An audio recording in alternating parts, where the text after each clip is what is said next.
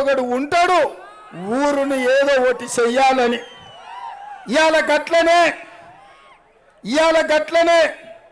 Congress party జడ్పీటీసీని చేసింది, Congress party ఎమ్మెల్యేని చేసింది, కాంగ్రెస్ పార్టీ మంత్రిని చేసింది డీకే అరుణమ్మను.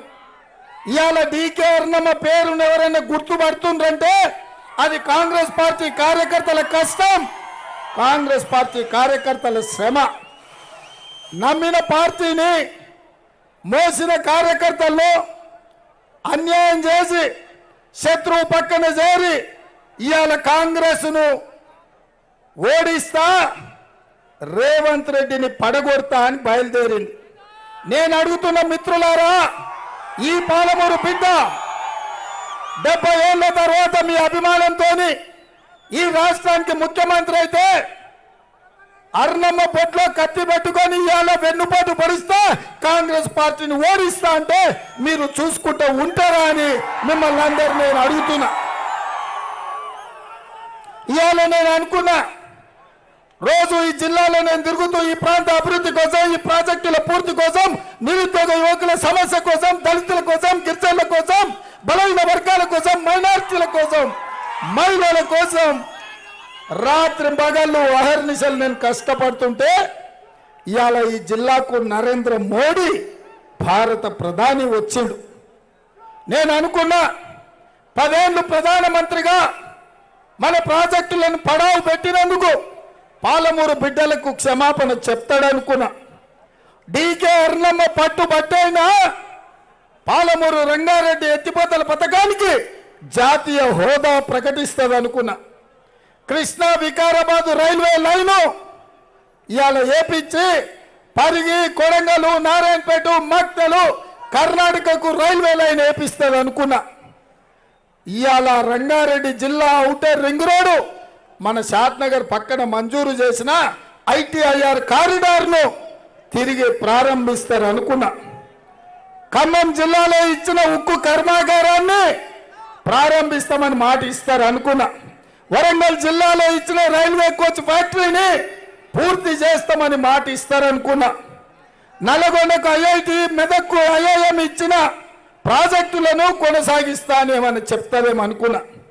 అవేమీ చెప్పలే, ఏ వరం ఇయ్యలే, ఏ మాట చెప్పలే. మన ప్రాజెక్టుల గురించి కానీ, మన నిరుద్యోగ సమస్య గురించి కానీ, పాలమూరు వలస బతుకుల గురించి కానీ ఒక్క మాట కూడా ఇయ్యలే. ఏం మాట్లాడిండే నరేంద్ర మోడీ గారు? మీడియా మిత్రులారా, ఒక దేశ ప్రధానమంత్రి ఒక ప్రాంతానికి వచ్చినప్పుడు, వెనుకబడిన ప్రాంతానికి వచ్చినప్పుడు, కొత్తగా ఏర్పాటైన రాష్ట్రానికి వచ్చినప్పుడు ఈ రాష్ట్రాన్ని అభివృద్ధి చేస్తాను, ఈ ప్రాంతానికి ఏమేమి ప్రాజెక్టులు ఇస్తాడో చెప్తాడని మనం ఆశించినాం. ఆయన మాట్లాడిందంతా 100 రోజులు కూడా కాలేదు, అప్పుడే కాంగ్రెస్ వాళ్ళు రాష్ట్రాన్ని దోసుకున్నారని మాట్లాడుతుండు. నేను అడగదలుచుకున్న నరేంద్ర మోడీ గారిని, అయ్యా అవినీతి గురించి నువ్వు మాట్లాడేటప్పుడు, దోపిడీ గురించి మీరు ప్రజలకు చెప్పేటప్పుడు మీ పక్కలో ఎవరు కూర్చున్నారో చూసుకోవాలి కదనే.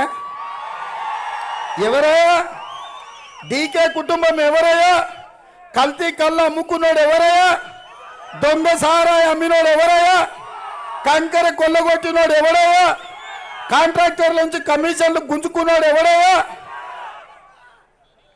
ఏ టెండర్లు వచ్చినా ఆ టెండర్లు గుంజుకున్నది ఎవడయ్యా? చివరికి వైన్ షాప్ల దగ్గర నుంచి మామూలు కూడా వదలలే, కళ్ళు దుకాణాల నుంచి కమిషన్లు కూడా వదలలే, ఇసుక వదలలే, మట్టి వదలలే, గాలి వదలలే, నీరు వదలలే, చెట్టును వదలలే, చేమను వదలలే, పుట్టను వదలలే. పాలమూరు జిల్లాను పట్టి పీడించిన చీడ పీడను పక్కన ఊసబెట్టుకొని నీతి గురించి నువ్వు మాట్లాడితే ఎట్లా నరేంద్ర మోడీ గారు? మీకు తెలియదా డీకే చరిత్ర ఏందో? ఈ జిల్లాని, రాష్ట్రాన్ని దోచుకున్న వివరాలు మీకు దగ్గర లేవా? మీరు ప్రధానమంత్రిగా ప్రాంతానికి వచ్చేటప్పుడు ఈ ప్రాంతంలో దొంగలెవరో, గజ దొంగలెవరో, దోపిడీదారులెవరో, దోచుకున్నదెవరో వివరాలు తెలుసుకోవా? వాళ్ళ ఫోటోలు చూడవా అని నేను అడుగుతున్నా. 20 ఏళ్ళ నుంచి ఈ జిల్లాలో జడ్పీటీసీగా, ఎమ్మెల్సీగా, 3 సార్లు ఎమ్మెల్యేగా, ఎంపీగా, ఈ రాష్ట్ర ముఖ్యమంత్రిగా పనిచేసిన ఎవరినైనా ఈ జిల్లాలో ఏ బిడ్డనైనా, నా శత్రువునైనా, పక్క పార్టీ అన్ననే అడగండి, రేవంత్ రెడ్డి ఎవరికన్నా ఫోన్ చేసిండా, ఎవరినన్నా 1 రూపాయి అడిగిండా? ఇవాళ నా ప్రాంతానికి వచ్చి, నా గడ్డ మీదకి వచ్చి, మా అన్నదమ్ముల మధ్యలో నించొని ఇవాళ మా జిల్లాను అవమానించే అవకాశం, అధికారం మీకు ఎవరిచ్చిండ్రు? నరేంద్ర మోడీ గారు. ఇవాళ డీకే అర్ణమ్మ నమ్ముకొని ప్రజల నుంచి వచ్చిన నన్ను, నల్లమల ప్రాంతం నుంచి రైతు బిడ్డగా, ఒక యువకుడుగా, ఏ రాజకీయ నేపథ్యం లేకపోయినా కష్టపడి కింది నుంచి ముఖ్యమంత్రి పదవి వరకు వచ్చిన నన్ను నా జిల్లాకు వచ్చి అవమానిస్తావా? ఇది న్యాయమా? ఇది నీకు ధర్మమా? ఇవాళ సవాలు విసురుతున్న ఈ జిల్లాలో ఎవరినైనా అడగండి, ఏ యువకునైనా కదిలించండి, ఏ ఆడబిడ్డనైనా పలకరించండి. డీకేల చరిత్ర ఏందో, మీ రేవంత్ అన్న చరిత్ర ఏందో అడగమని. నరేంద్ర మోడీ షాద్నగర్ అంబేద్కర్ చౌరస్తాలో బ్యాలెట్ బాక్స్ పెట్టండి. ఎవరు అవినీతి పరులో, ఎవరు దోపిడీదారులో, ఎవరు దొంగ సారా అమ్మిందో, ఎవరు కళ్ళు అమ్మిందో, ఎవరు ఇసుక దోసుకున్నారో, ఎవరు మట్టిని దోసుకున్నారో, ఎవరు కంకర కొల్లగొట్టినరో, ఎవరు కాంట్రాక్టర్ల దగ్గర కమిషన్లు అడిగినరో, ఎవరు రోడ్ల కాంట్రాక్టులు చేసిండ్రో, ఎవరు రియల్ ఎస్టేట్ వాళ్ళను వసూళ్లు చేసిండ్రో సవాలు చేద్దామా? షాద్నగర్ చౌరస్తాలో ఓటింగ్ పెడదామా? ఒకవేళ ఈ షాద్నగర్ చౌరస్తాలో నాది తప్పని తేలితే నేను అంబేద్కర్ సాక్షిగా ఈ చౌరస్తాలో ముక్కు నేలకు రాస్తా. ఒకవేళ డీకే కుటుంబమే, కేడీ కుటుంబమని దొంగలు, దోపిడీదారులు అంటే 4 కోట్ల తెలంగాణ ప్రజలకు మీరు క్షమాపణ చెప్పాలి. నరేంద్ర మోడీ గారు, మీరేదో ఆశామాష అనుకుంటున్నారు, అల్కగా ఏదైనా అనొచ్చు అనుకుంటున్నారు. ఇది మీ గౌరవానికి మంచిది కాదు, మీ హోదాకి గౌరవం తెచ్చిపెట్టదు. మీరు ఈ దేశ ప్రధానమంత్రి, మీరు మాట్లాడేటప్పుడు, మీరు ఆరోపణ చేసేటప్పుడు చూడండి ఎవరు ఎక్కడి నుంచి వచ్చిందో, ఎవరి చరిత్ర ఏందో కనుక్కోండి. ఇవాళటి వరకు కార్యకర్తల కష్టంతో, కార్యకర్తలు తమ చెమటను తమ రక్తాన్ని చెమటగా మార్చి దారబోసి, వాళ్ళు 3 రంగుల జెండా పోసి భుజాల మీద ఎత్తుకొని ఈ ముఖ్యమంత్రి కుర్చీలో కూసబెట్టిండ్రు. ఇది నా గొప్పతనం కాదు, మా కార్యకర్తల కష్టం అని చెప్పి నేను చెప్తున్నా. మీరు చేసిన అవమానం నన్ను కాదు, నా పాలమూరు బిడ్డలను అవమానించిండ్రు, నా కుటుంబ సభ్యులను అవమానించిండ్రు. మా పాలమూరు గడ్డ మీద తులసి వనం లాంటి ఈ పాలమూరులో కొన్ని గంజాయి మొక్కలు మొలిచినాయి, గడీల నుంచి వచ్చిండ్రు. ఇవాళ బంగ్లా రాజకీయాలు చేస్తుండ్రు. పొద్దుపూట బీఆర్ఎస్, బీజేపీ వేరే వేరే అంటారు, చీకటి అయితే వాడే వీడు, వీడే వాడు. ఎన్ని రోజులు నడుస్తాయి కుమ్ముక్కు రాజకీయాలు? ఎన్ని రోజులు ఈ దగాకోరు రాజకీయాలు అని నేను అడుగుతున్నా. మా షాద్నగర్ యువకులు, మా కాంగ్రెస్ పార్టీ కార్యకర్తలు హుషారు కాదనుకుంటున్నావా? మీరు ఎట్లొచ్చినా, ఏ రూపంలో వచ్చినా, ఏ అంగి తొడిగినా, ఏ రంగు మార్చినా, మీరు ఎట్లొచ్చినా, మిమ్మల్ని చీకట్లో చూసినా, వెనుక నుంచి చూసినా దొంగలు ఎవరో గుర్తు పడతారు, బొంద పెడతారు. అందుకే మిత్రులారా, ఇవాళ కుట్ర జరుగుతుంది. ఈ కుట్ర వెనకాల పాలమూరు నాయకత్వాన్ని బలహీనపరచాలి. పాలమూరులోనే ఓడిస్తే ఇంట్లో గెలవనోడు రచ్చ గెలుస్తాడా అని ఊరంతా రాద్ధాంతం చేయాలని ఇవాళ బీఆర్ఎస్ వాళ్ళు బీజేపీకి అమ్ముడు పోయి బీజేపీని గెలిపించాలనుకుంటున్నారు. నాయకులు అమ్ముడు పోయినా బీఆర్ఎస్ కార్యకర్తలు నేను విజ్ఞప్తి చేస్తున్నా, మీ శ్రమను బీజేపీ కాళ్ళకాడ తాకట్టు పెట్టి బిడ్డ బెయిల్ కోసం చంద్రశేఖరరావు కుమ్ముక్కవుతున్నాడు. మీరు ఆలోచన చెయ్యండి. మీకు మాకు సరిపోకపోవచ్చు, మొన్నటి ఎన్నికల్లో మేము నిన్ను ఓడగొట్టి ఉండొచ్చు, మీకు మా మీద కోపం ఉండొచ్చు, కానీ మా మీద కోపంతో వాళ్ళెంబడి పోయిండ్రంటే పెన్న మీద నుంచి పొయ్యిల పడ్డట్టు అవుతుంది. ఆ తర్వాత కాటికి పోతారు. రేపు సర్పంచులు, ఎంపీటీసీలు, ఎంపీపీలు, జడ్పీటీసీలలో మీ ఊర్లలో మీకు ఉండనే ఉండదు. మీ దుకాణమే బంద్ అవుతుంది. ఇవాళ చంద్రశేఖరరావు బిడ్డ బెయిల్ కోసం మిమ్మల్ని తాకట్టు పెడుతున్నాడు. మీరు ఆలోచన చేసుకోండి. అదేవిధంగా మిత్రులారా, నేను ఒక్కటే మాట అడగదలుచుకున్నా. మన ప్రాజెక్టులు పూర్తి చేసుకోవాలంటే రాష్ట్రంలో ప్రశాంతమైన వాతావరణం ఉండాలి. ఒకనాడు మీరందరూ ఆలోచన చేయండి. ఇంటికి పోయినాక మీ నాయననో లేకపోతే నాయనమ్మనో తాతనో అడగండి. ఒకనాడు హైదరాబాదు నుంచి మన షాద్నగర్ రావాలన్నా, కల్వకుర్తి పోవాలన్నా, పురాతన పట్టణం నుంచి రావాలంటే అక్కడ మనుషుల మధ్యలో చిచ్చు పెట్టి, మతాల మధ్యలో కొట్లాట పెట్టి, కత్తులతో పడుచుకుంటుంటే, రక్తం చిందుతుంటే మన భూములు 10,000 కూడా ఎకరం ఎవరు అడగలే. కానీ 94 నుంచి 2014 వరకు 20 ఏళ్ళు మనం కష్టపడి ఆనాడు డాక్టర్ వైఎస్ రాజశేఖర రెడ్డి గారి నేతృత్వంలో కాంగ్రెస్ ప్రభుత్వంలో ఔటర్ రింగ్ రోడ్డు, అంతర్జాతీయ ఎయిర్పోర్ట్, ఐటీ కంపెనీలు, ఫార్మా కంపెనీలు, హార్డ్వేర్ పార్కులు ఈ ప్రాంతానికి తెస్తే ఇవాళ మన షాద్నగర్లో భూములు 10 కోట్లు, 20 కోట్లు, 30 కోట్లకి ఎకరం పోతుంది. బుక్కెడు భూమికే కష్టపడే షాద్నగర్ ప్రాంతం ఆగర్భ శ్రీమంతుల ప్రాంతం అయింది. ఎందుకైంది? మతాల మధ్య సామరస్యం తెచ్చి, మనుషుల మధ్యలో శత్రుత్వం తగ్గించి, ఒకరు బాయ్ బాయ్ అని ఈరోజు మనం పిలుచుకునే పరిస్థితులు కల్పించి, పెట్టుబడులు తీసుకొచ్చి 1,000 కోట్ల రూపాయల పెట్టుబడులు పెట్టి జాతీయ, అంతర్జాతీయ కార్పొరేట్ కంపెనీలను తెచ్చి లక్షలాది ఉద్యోగాలు ఇచ్చినందుకు ఇవాళ మన ప్రాంతం అభివృద్ధి చెందింది. చూస్తుంటేనే ఎయిర్పోర్ట్ షాద్నగర్ కలిసిపోతే తొందరలోనే కొత్తూరు దాటుకొని ఇక్కడికి వచ్చేస్తాం. ఒకనాడు కోకపేట ఎక్కడుందంటే ఏనో పల్లెటూరు అనేది. కోకపేట 100 కోట్లకి ఎకరం అయింది భూమి. ఎందుకైందా? హైదరాబాదులో మత కల్లోలాలు లేవు, మనుషుల మధ్యలో పంచాయతీలు లేవు, కత్తులు కడుపుల్లో కూర్చుకునే విధానం లేదు. అందుకే ఇవాళ మన రాష్ట్రం, మన నగరం అంతర్జాతీయ ఖ్యాతి వచ్చింది, విశ్వ నగరంగా మారింది. ఇవాళ మనం శ్రీమంతులమైనం. అట్లాంటి రాష్ట్రంలో ఇవాళ బీజేపీ కుట్ర చేస్తుంది. గుజరాత్ నుంచి వచ్చిన నాయకులు తెలంగాణ రాష్ట్రం అభివృద్ధి పదంపై పోతుంటే, గుజరాత్ దాటుతుంటే కుట్రలు చేసి మత కల్లోలాలు సృష్టించి మనుషుల మధ్యలో విషం జమ్మించి ఇవాళ మన మధ్యలో పంచాయతీ పెడుతున్నారు. మాటకు ముందు శ్రీరామ నవమి అను, హనుమాను జయంతి అను అంటారు. నేను అడుగుతున్న మా అన్నదమ్ములను, అయ్యా మా తండ్రి తాత ముత్తాతలు శ్రీరామనవమి చేయలేదా? హనుమాన్ జయంతి చేయలేదా? పోసమ్మ, ఎల్లమ్మ, మైసమ్మకు కోడి కొయ్యలేదా? కళ్ళు కొయ్యలేదా?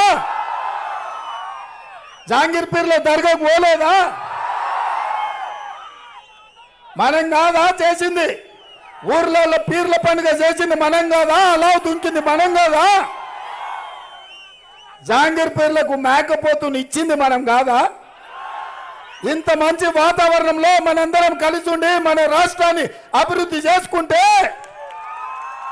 ఇవాళ పంచాయతీలు పెట్టాలని, చిచ్చు పెట్టాలని బీజేపీ వాళ్ళు ప్రయత్నం చేస్తున్నారు.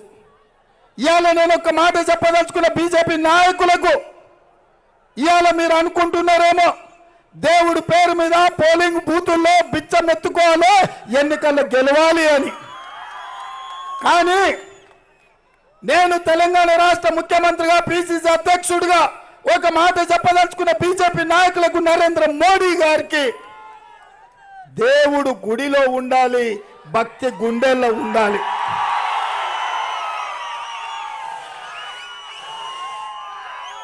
దేవుడు గుడిలో ఉండాలి, భక్తి గుండెల్లో ఉండాలి.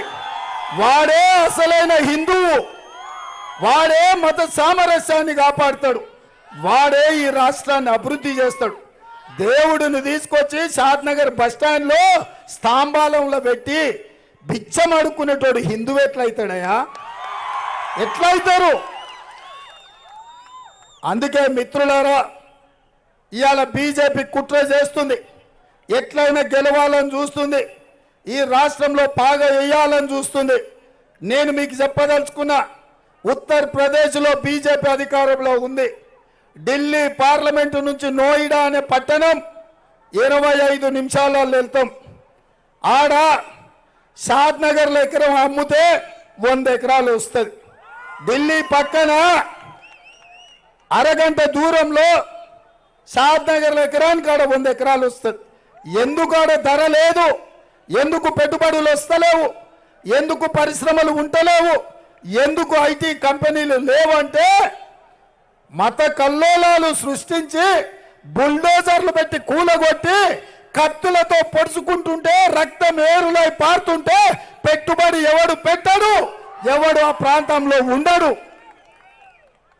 మరి ఉత్తరప్రదేశ్లో బీజేపీ ఉండి, ఉత్తరప్రదేశ్ నుంచే ప్రధానమంత్రి నరేంద్ర మోడీ ఉండి, రాజ్నాథ్ సింగ్ రక్షణ శాఖ మంత్రి ఉండి, నిర్మలా సీతారామన్ ఆర్థిక మంత్రిగా ఉంటే ఉత్తరప్రదేశ్ నోయిడాలో దివాలా తీసింది. ఎందుకు? మత కల్లోలాలు ఉన్నందుకు, మనుషుల మధ్యలో విషం చిమ్మిచ్చినందుకు. ఇవాళ నేను అడుగుతున్న ఇక్కడికి వచ్చిన వేలాది మంది యువకులను, ఈ తెలంగాణ సమాజాన్ని, 4 కోట్ల ప్రజల్ని నిజంగానే బీజేపీ మత విద్వేషాలు రెచ్చగొట్టి రేపు రాబోయే ఎన్నికల్లో 5, 6, 7 ఎంపీలు గెలిస్తే ఈ రాష్ట్రంలో ప్రభుత్వం ఏర్పాటు చేయాలని మతాల మధ్యలో, మనుషుల మధ్యలో చిచ్చు పెట్టి కత్తులతో పరుచుకుంటే పెట్టుబడులు వస్తాయో, ఉన్నాయి తరలిపోతే మన భూములు ఏం కావాలి, మన బతుకులు ఏం కావాలి, మన ఉద్యోగాలు ఏం కావాలి, మన పరిశ్రమలు ఎటు పోవాలి? మిత్రులారా, బీజేపీ గెలవడానికి రాష్ట్రాన్ని సర్వనాశనం చేసుకుందామా? ఆలోచన చెయ్యండి, చెప్పండి. అర్ణమ్మను ఎంపీ చేయడానికో, ఎవరినో విశ్వేశ్వరరెడ్డిని కేంద్ర మంత్రిని చెయ్యడానికో, ఈటల రాజేందర్ గారికి అధికారంలో కుర్చీలో కూసబెట్టడానికో రాష్ట్రాన్ని బలిద్దామా? ఇవాళ ఆలోచన చేయండి. ఇది ఎన్నికలు కాదు. ఈ ఎన్నికలను అడ్డం పెట్టుకొని మనుషుల మధ్యలో విషం చిమ్మించి, మనుషుల మధ్యలో గోడలు కట్టి, తెలంగాణను ఎడారిగా మార్చి, తెలంగాణను పడావు పెట్టి, ఇవాళ తెలంగాణ ప్రజల ప్రాణాల మీద నరేంద్ర మోడీ గారు ఢిల్లీలో గద్దెనెక్కాలనుకుంటున్నాడు. గుజరాత్ ఏమో బాగుండాలి, గుజరాత్లో ఏమో పెట్టుబడులు ఉండాలి, తెలంగాణలో మాత్రం కత్తులతో పొడుచుకోవాలి, ఇక్కడ ప్రజలు జావాలి, ఇక్కడ నిరుద్యోగంతో మనం మలమల వాడాలనా? అందుకే మిత్రులారా, మత సామరస్యాన్ని కాపాడే బాధ్యత నాది, శాంతి భద్రతలను కాపాడే బాధ్యత నాది, పెట్టుబడులు తీసుకొచ్చే బాధ్యత నాది, మీ ఆర్ఓబి పూర్తి చేసే బాధ్యత నాది, మీ అండర్ గ్రౌండ్ డ్రైనేజ్ పనులు చేపించే బాధ్యత నాది. శంకర్ పక్కల నుంచి చెప్తున్నాడు అన్న, మున్సిపాలిటీకి ఒక 50-60 అంటుండు, కానీ 20-30 అయితే గ్యారెంటీకి ఇస్తా. మెట్రో రైలు ఎయిర్పోర్టుకు తెస్తా, ఎయిర్పోర్టు నుంచి మెట్రో షాద్నగర్కి తెస్తా. షాద్నగర్ ఇంకా ఏమాత్రం ఊరు కాదు, షాద్నగర్ ఒక పట్టణం, ఒక నగరంగా మార్చే బాధ్యత నాది. ఇవన్నీ చెయ్యాలన్నా మా ముదిరాజు సోదరులను బీసీడీ నుంచి ఏ గ్రూపులకు తేవాలన్నా, మా మాదిగ ఉపకులాలను వర్గీకరణ చెయ్యాలన్నా మిత్రుడు వంశీచంద్ర రెడ్డి పార్లమెంట్కి వెళ్ళాలి. 24 గంటలు నేను మీ మధ్యలో ఉండి మీ దగ్గర పనిచేస్తే అనుమతులు తేవాల్సింది, సమస్యలు పరిష్కరించాల్సింది ఢిల్లీలో. మీకోసం ఒక సిపాయి ఢిల్లీలో ఉండాలి, మీకోసం కట్టె పట్టుకునేటోడు, మీకోసం కంఠం విప్పేటోడు ఢిల్లీలో ఉండాలి. అర్ణమ్మ గెలిస్తే బంగళాలు ఉంటుంది, ఢిల్లీలో మోడీ గల్లీలో ఉంటుంది. కానీ 10 ఏళ్ళు అయింది, ఏమన్నా తెచ్చిండ్రా? మరి ఎందుకయ్యా బీజేపీ కోటేయాలి? అందుకే మిత్రులారా, ఇవాళ నా సూచన, మనకే ఇది పరీక్ష. ఈ ఎన్నికల్లో నేను కాదు, ఈ ఎన్నికల్లో వంశీ కాదు, పాలమూరు యువకులే ఈ ఎన్నికల్లో పోటీ చేస్తున్నారు. పాలమూరు పౌరుషానికి, ఢిల్లీ సుల్తాన్ల పెత్తనానికే పోటీ. ఇవాళ గుజరాత్ నుంచి నరేంద్ర మోడీ వచ్చినా, అమిత్ షా వచ్చినా, పాలమూరు వచ్చినా, లేకపోతే నారాయణపేట వచ్చినా, మక్తల్ వచ్చినా, షాద్నగర్ వచ్చినా ఒకటే మాట, మీ రేవంత్ అన్నను ఓడించాలని. ఏం చేసినా నేను 100 రోజులు కాలే, ఆడబిడ్డలకు ఆర్టీసీలో ఉచిత బస్సు ఇచ్చిన, 500 రూపాయలకే సిలిండర్ ఇచ్చిన, 200 యూనిట్లు ఉచిత కరెంట్ ఇచ్చిన, 3 నెలల్లో 30,000 నిరుద్యోగ యువకులకు ఉద్యోగాలు ఇచ్చిన, రాజీవ్ ఆరోగ్యశ్రీలో 10 లక్షల రూపాయల సాయం చేసిన, ఇందిరమ్మ ఇండ్లు నియోజకవర్గానికి 3,500, 4.5 లక్షల ఇండ్లు 22,500 కోట్లు మంజూరు చేసిన. ఈ దేశంలో బీసీ జనాభా లెక్క కట్టాలి, కులగణన చెయ్యాలి, వాళ్ళ దామాష ప్రకారం రిజర్వేషన్లు పెంచాలి, నిధులు ఇవ్వాలని ఆదేశాలు ఇచ్చిన. గంజాయి మొక్కల్ని ఏరేసిన, డ్రగ్స్ గంజాయి అంటే మక్కలు ఇరుగుతాయని ఈరోజు రాష్ట్రంలో ఉక్కు పాదం మోపిన. 100 రోజుల్లో ఇన్ని పనులు చేసిన నేను నిన్న మొన్న ఒక ఆయన తిరిగిండు, కొడుకు అన్నాడు కారు ఖరాబ్ అయింది, షెడ్డు పోయిందని. నేను ఆ పిచ్చోని చెప్పిన వాపసు వస్తుందంటే, ఓరి పిచ్చోడా కారు ఖరాబు కాదు అనుం జడ్డది, కార్ఖానకు పోయింది, ఆ నుంచి జుమ్మరాత్ బజార్లో తూకం కింద అమ్ముతారని. అయ్యా గుర్తుపట్టిండు, బస్ వేసుకొని బయలుదేరిండు. మహబీనగర్ పోయిండు, నాగర్ కర్నూలు పోయిండు, మిర్యాలకు కూడా పోయిండు, సూర్యాపేట పోయిండు, భువనగిరి పోయిండు. మొత్తం చూసిన ఏం మాట్లాడుతాడని, ఏం మాట్లాడలే. వెనకటికెవడో తిక్కలోడు తిరునాళ్ళకు పోతానంట, ఎక్కనిక్క దిగనికనే సరిపోయిందంట. ఇక ఆయన పొంకనాలకైతే అడ్డమే లేదు. వెనకటికి ఊర్లో కూడా పిట్టలతో అడుక్కోవడానికి వచ్చి పొంకనాల పోసిగానికి 3 ఎడ్లున్నాయంట, 36 దొడ్లున్నాయని చెప్పిండట. 100 రోజుల్లో ఇన్ని చేసిన నన్ను ఏమి చేయలేదు జిగవంటున్నాడు. 10 ఏళ్ళ నుంచి గాడిదలు కాసిండు ఆయన. అందుకే కదా బోర్ల పడేసారు, బొక్కలు ఇరగొట్టారు, బొంద పెట్టిరు బీఆర్ఎస్ పార్టీని. ఇవాళ వాళ్ళు కూడా మన గురించి మాట్లాడుతున్నారు. అదే ఆయన ఇంకో మాట అంటున్నాడు, సంకీర్ణం వస్తుంది అందులో మేము ఉంటామని. కాంగ్రెస్కి 40 సీట్లు వస్తాయంట, మోడీకి 400 సీట్లు వస్తాయంట. ఇంక ఇప్పుడు చెప్పురు వీళ్ళు చీకటి ఒప్పందం ఉన్నట్టా లేనట్ట, బిడ్డ బెయిల్ కోసం మహబూబ్నగర్ తాకట్టు పెట్టినట్టా పెట్టానట. మరి అట్లాంటి వాడు చెప్పే మాటలు మనం వింటామా? అందుకే మిత్రులారా, ఇవాళ మనం అందరం ఒక మాటకు రావాలి, ఒక నిర్ణయం తీసుకోవాలి, ఒక మంచి ఆలోచన చేయాలి. మన ప్రాంతం అభివృద్ధి చేసుకోవడానికి ఒక అవకాశం వచ్చింది. మీ అభిమానంతో తెలంగాణకు నాయకత్వం వహించే అవకాశం సోనియమ్మ మనకిచ్చింది. నువ్వు అయ్యింది 150 రోజులే, చేసిన ఎన్నో పనులు ఉన్నాయి. మొన్న అన్నాడు రైతు బంధు నువ్వు వెయ్యలేవని, నీ బొంద మే 9 తారీఖు లోపల వేస్తా, అమరవీరుల స్తూపం దగ్గరకు వస్తా, వేస్తే నువ్వు రాయాలి ముక్కు నేలకు, వేయకపోతే నేను రాస్తా అన్నా. ఆ సిగ్గులేనాడు 9 తారీఖు చెప్తే 6 తారీఖు నాడే రైతు బంధు వేసిన. నేను చూసిన వస్తాడేమని, ఎందుకంటే సిగ్గులేనాడు ముక్కింత పొడుగుంది రాస్తేం పోతుందని వస్తాడేమో అనుకున్నా, కానీ రాలే. ఇప్పుడు కూడా వాళ్ళ అల్లుడు మాట్లాడుతుండు, రైతు రుణమాఫీ నువ్వు చేయలేవని. పాలమూరు మిత్రుల సాక్షిగా, జాంగీర్ పీర్ల దర్గా సాక్షిగా నేను మాట ఇస్తున్నా, 15 ఆగస్టు లోపల తెలంగాణ రాష్ట్రంలో ఉన్న రైతాంగానికి 2 లక్షల రూపాయల రుణమాఫీ చేసి ఆ వల్ల ఈ రాష్ట్రానికి సిద్దిపేటకు పట్టిన శనీశ్వరరావు పీడ చీడ విరుగడి చేసే బాధ్యత నాది. అప్పుడు చెప్తా బిడ్డ మామ అల్లుల సంగతి. అందుకే మిత్రులారా, ఇంకా నాకు గోషమాల్లో కూడా కథ షాను ఉన్నది, మాట్లాడేది పోయేది ఉన్నది. మిమ్మల్ని ఒక్కటే మాట అడగదలుచుకున్నా, వంశీని గెలిపిస్తారు కదా, గెలిపిస్తారు కదా, ఎంత ఇస్తారు మెజారిటీ? ఎంత ఇస్తారు? 1,00,000. సరేనా? నేను 1,00,000 అంటే మీరు పక్కా అనాలి. రెడీనా? రెడీనా? రెడీనా? రెడీనా? రెడీనా? రెడీనా? రెడీనా?